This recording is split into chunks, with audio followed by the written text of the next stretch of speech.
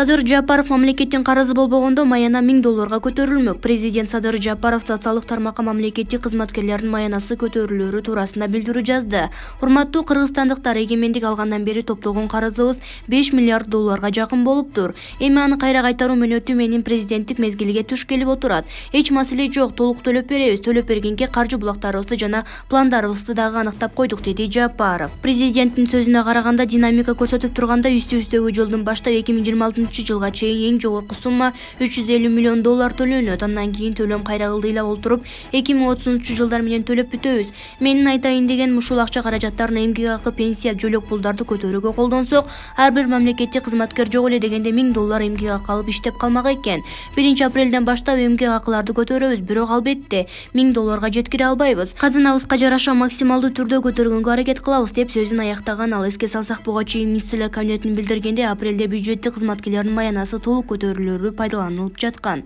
Булак Назар Ньюс. Эл чындыкты билсин.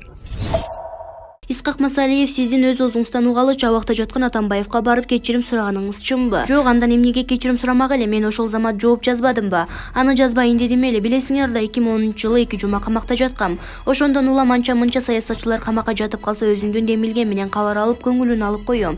Элмурза Сатыбалдиевке, Анчыбек Ташиевке, Акматбек Келибековго баргам, Өмүрбек Текебаев менен Исмаил Исаковдон да кабар алгам. Жакында болсо Алмазбек Атамбаевка барып койдум. Анан бирөө барып кечирим сурады деп жазып коюптур.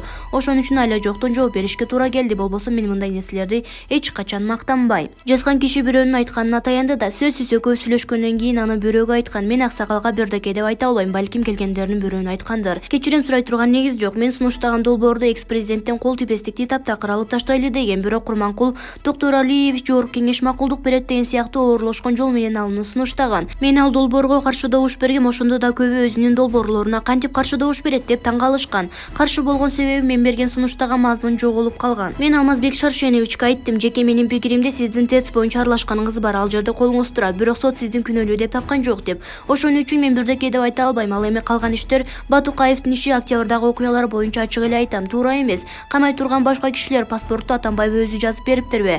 Жарандык берген болсо ал президенттин укугу, Батукаевди болсо мыйзам чегинде бошото бергиле деп койгон. Өлүп калат деп тыянак берген киши Манас ордени менен сыйланып атпайбы? Алмазбек Атамбаевдин маанайы кандай экен? Настроениясы боевой эле. Сотко эмнеге барбай жатасыз десем, шоуго барып эмне кылам, көрүнүп эле турбайбы? Октябрь окуялары учурунда өзүмдүн машинама өзүм ок аттым деп айтамбы, дейт. Айтор ар бир кылмыш иши боюнча анын өзүнүн көз карашы бар экен, бирок өзүнөн кеткен каталарды мойнуна алып атат. Албетте адаштым деп айткан жок, бирок жанындагыларга өтө ишенип алганын мойнуна алды. Абакка түшкөн киши ошондой болот да. Булак Азия Ньюс кезети. Эл чындыкты билсин.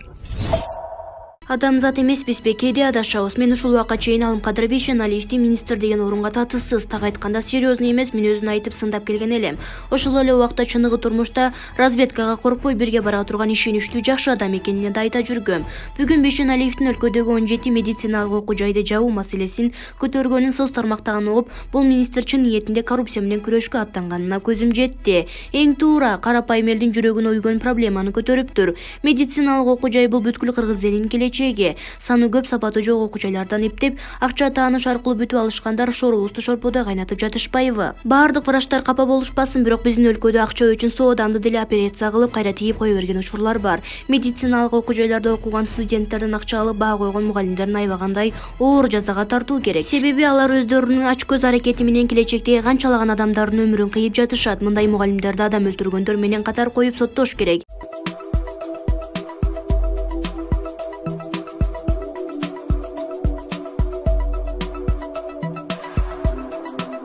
Эгер эле коррупцияны таптакыр жоебуз десек, азыркы 160 миңден айлык алган акыйкатсыз сотторго да дал ошол жаза туура келет. Медакадемияда азыр кандай билбейм, бирок мындан 5 жыл мурда зачетко 1000 сом 3 деген баага, 3000 сом 4 деген баага, 4000 5 деген баага 5000 сом алышчу. Мына ушул жагында карап коюшса жакшы болмок. Ал эми 17 медициналык окуу жайды жабам деген үчүн Алымкадыр Бейшеналиевге жабыла каршы чыгышып, өмүрүнө коркунуч жараткандар бар экен. Конечно, алар кимдер экенин жазбасам да билесиңер. Келгиле, коррупция менен күрөшөм деген министрди колдоп берели. Бул министр тууралуу айткан негатив сөздөрүмдү кайтарып алдым, деп Шаумурза Бөрөкулов өзүнүн Facebook баракчасына жазды.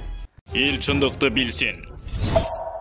Акылбек Жапаров президент соц тармакты биринчи карайт экен да кээде түнкү саат 2:30 жазат. Азыр менен караганым эле соц тармакты Садыр Жапаров биринчи карайт экен да бул тууралуу Акылбек Жапаров маалымат жыйында билдирди.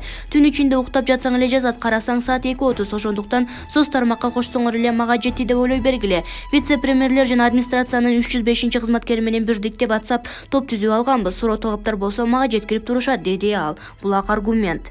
Эл чындыкты билсин.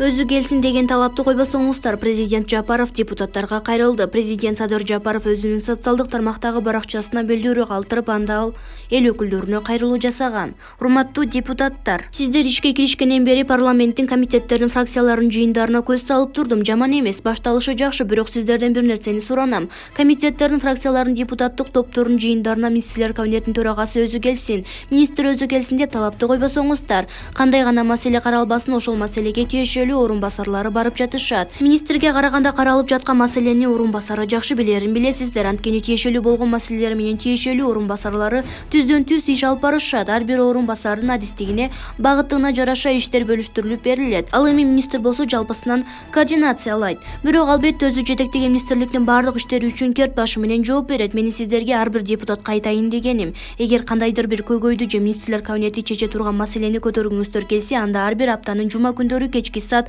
18:00 өтө турган министрлер кабинетинин жыйынына катышсаңыздар болот. Апта башынан бери аткарылган иштердин жыйынтыгы боюнча маселелер каралып жана кийинки аптага тапшырмалар берилет. Ушул жыйындарга келип катышканга ар бириңиздерге толук укуңуздар бар. Эшик ачык. Бул жыйындарга катышып, каалаган талаптарыңыздарды койсоңуздар болот. Бардык министрлерди айрым күндөрдө облустардагы ыйгарым укуктуу өкүлдөрүнө дагы ушул жерден таба аласыздар. Келип суроо талаптарыңыздарды койсоңуздар болот. Ошондо маселеңиздерди ыкчам чечилет деп ойлойм. Албетте мен сиздерге министрлерди таптакыр чакырбагыла дегенден алысмын. Эгер кандайдыр бир орчундуу маселе каралып жаткан болсо, министр сөзсүз барышы керек.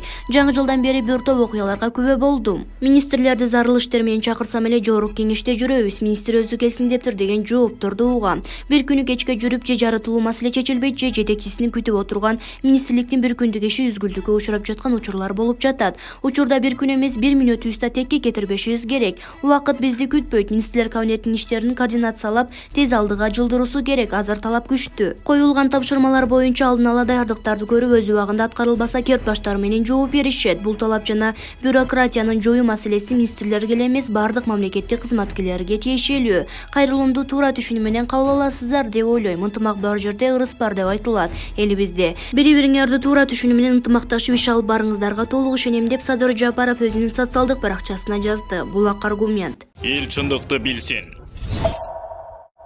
Аида Салянова сурулуп чыгабы көпчүлүктүн назары түшүп калганда эл арасында Аида Салянованын адилеттүүлүк үчүн күрөшкөнү, дайыма чындыкты айткан өзгөчө бааланып көпчүлүктүн назары түшүп калгандай.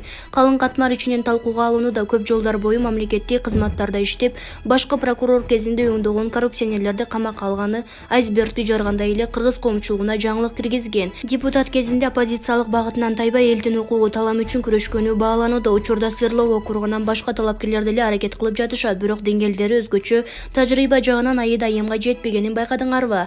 Эгерде шайлоо таза күрөштө уланып добуш сатып алуулар орун албаса, көпчүлүк татыктуу талапкерлерди депутат кылышары ажеп эмес. Топтун ичинен ким сурулуп чыгаарын туюп атасыңар да туурабы? Булак Азия Ньюс кезети. Эл чындыкты билсин.